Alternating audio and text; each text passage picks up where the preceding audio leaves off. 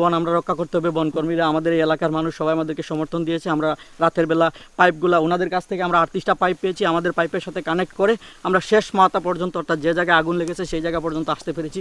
এবং রাত পর্যন্ত আমরা একটা স্টাফও আমার ঘুমায় নাই, সবাই নিরলসভাবে কাজ করছে, খাওয়া দাওয়া সব কিছু বলে, এবং শেষ পর্যন্ত আমরা মোটামুটি সফল হয়েছি। আমরা সংবাদ পাওয়ার সাথে ধরেন আমাদের টিম বাগেরহাট থেকে আসবে এবং শরণখোলা বা মোল্লা যাইতে সেখানে আমাদের সময় লাগছে যেটুকু সময় যাইতে। তাছাড়া আর যেহেতু আপনি জানেন সুন্দরবনে ঢুকতে অনেক কষ্ট এবং বন্ধুর পথ, এটুকু যেতে আমাদের যেটুকু সময় লাগছে, আমরা গতকাল তাদের সহযোগিতা করার চেষ্টা করেছি, কিন্তু তারা যেহেতু আমরা সহযোগিতা করছি এবং আমাদের কিছু ডেলিভারিও তাদেরকে হস্তান্তর করেছি, সেটাই দিয়ে তারা মূলত কাজ করতেছে। এখন আবার আমরা এই পানি দেওয়া ধরছি, আগুন একদম নিয়ন্ত্রণ আসছে, দেখছেন সবই নিয়ন্ত্রণে আসছি, আনিয়ে গেছি। এখন মাঝখানে একটা সিলে ধরতে হবে, ওই মাঝখানে কিছু কিছু মাঝখানে আছে, ওইটার আমরা এখন দেবো, ওইটারে পানি দেবো। এবং সেই পোড়া গাছের মোথা কিন্তু এখনও আছে এবং এখানে আসার একটা পথের মতো আছে। এবং আপনারা বলেছেন যে গরু মহিষ চলাচলেরও একটা পথ এবং সেই চিহ্নও আছে।